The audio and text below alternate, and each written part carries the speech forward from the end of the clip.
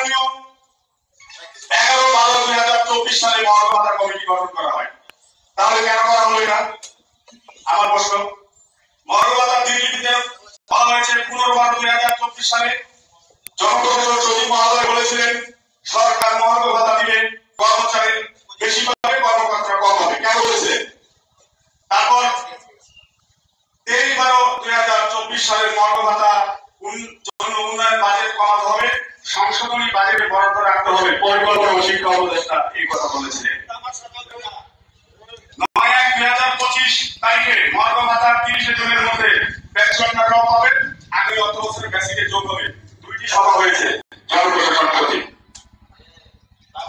18/1/2025 তারিখে মহার্ঘ ভাতা নিঃসন্দেহে সমস্যা সৃষ্টি করবে মির্জা ফখরুল ইসলাম আলমগীর। 19/1/2025 মহার্ঘ ভাতার সিদ্ধান্ত যৌক্তিক, প্রধান উপদেষ্টা প্রেস সচিব এই কথা বলেছিলেন। 22/1/2025 মহার্ঘ ভাতার সাথে ভ্যাট বাড়ানোর কোনো সম্পর্ক নেই, অর্থ উপদেষ্টা। 24/1/2025 মহার্ঘ ভাতা আপাতত হচ্ছে না, সমকাল। 27/1/2025 একজন কর্মচারী জনপ্রশাসন সচিব মহোদয়কে কমেন্ট করেছিলেন, সেই কমেন্টে রিপ্লাই দিয়েছিল গুজবে কান দিবেন না, যথাসময়ে মহার্ঘ ভাতা হবে জনপ্রশাসন সচিব। 28/1/2025 তারিখে অর্থ উপদেষ্টা বললেন মহার্ঘ ভাতা ঘোষণা কে দিয়েছে আমি জানি না। এই যে প্রত্যেকটা তারিখ উল্লেখ করলাম, আপনারা মহার্ঘ ভাতা দিবেন বলেই অন্তর্বর্তীকালীন সরকার একটি কমিটি করে দিয়েছে। সেই কমিটি দুবার মিটিং করেছে। আপনারা বলেছেন 30 জুনের মধ্যে আগে মহার্ঘ ভাতা দেওয়া হবে। আপনারা বলছেন এবার মহার্ঘ ভাতা পেনশন করা হবে, কর্মকর্তারা কম হবে, কর্মচারীরা বেশি হবে। এবার আমরা বলছি আমাদের পেনশন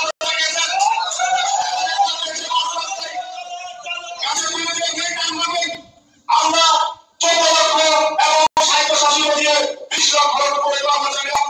আজকে পরিবার পরিজন নিয়ে আপনারা আমাদের চিন্তা করছি, ঠিক আছে? যখন আপনারা এটা ভাঙা করে বলছেন আমাদের ভরপুর খায় রাখা হয়ে গেছে। বর্তমান বাজারে প্রত্যেকটি মা উদ্যোগের কারণে আমরা কৃষি হয়ে যাচ্ছি। সরকারি পদে এসে যদি মহার্ঘ ভাতা না দেয় তাহলে আমাদের জীবনকে জীবনকে বাঁচা উপায় নেই।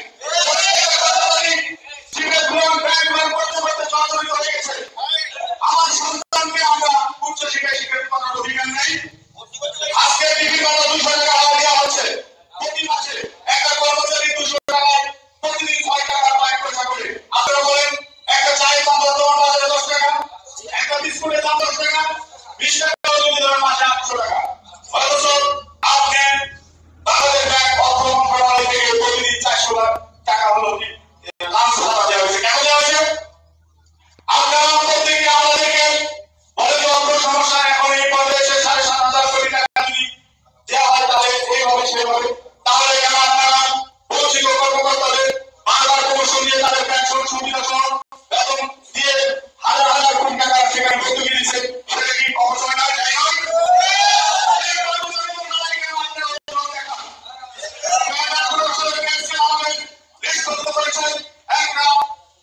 সৃষ্টি করেছে 2015 কর্মচারীর সাথে গাদ্দারি করা হয়েছে। 2015 সালে পেয়েছিলেন মধ্যস্ফীতি যদি 8% উপরে যায় তাহলে প্রতি বছরে 5%, 7%, 8% করে বলে দেওয়া হবে। অথচ বর্তমান সময়ে এই মধ্যস্ফীতি 40% উপরে চলে গেছে। অথচ আমাদের প্রতি বছরে 5%। এই নিয়ে আমরা লক্ষ্য করেন আমার কর্মচারী ভাইরা বেতনের শেষে সেই দাবি উন্নতি হয়ে অনেকে 5 বছর ধরে আপনাদের বেতনই পাচ্ছে না। তাদের 2015 পেয়েছেন, এটা আমাদের সাথে প্রতারণা হয়েছে। ঠিক আরেকটা পর্যায়ে আমাদের কর্মচারী ভাইরা যে পদে যোগদান করে সে পদে আমাদের মৃত্যু হয়। সেখানে আমাদের কোনো যুগ যুগ ধরে কোনো পদোন্নতির ব্যবস্থা নাই। অথচ মামলা ভাগের মধ্যে উপসচিব যুগ্ম সচিবকে 500 টাকা পাবে, সেখানে 10,000 পদোন্নতি দেওয়া হবে। কেন?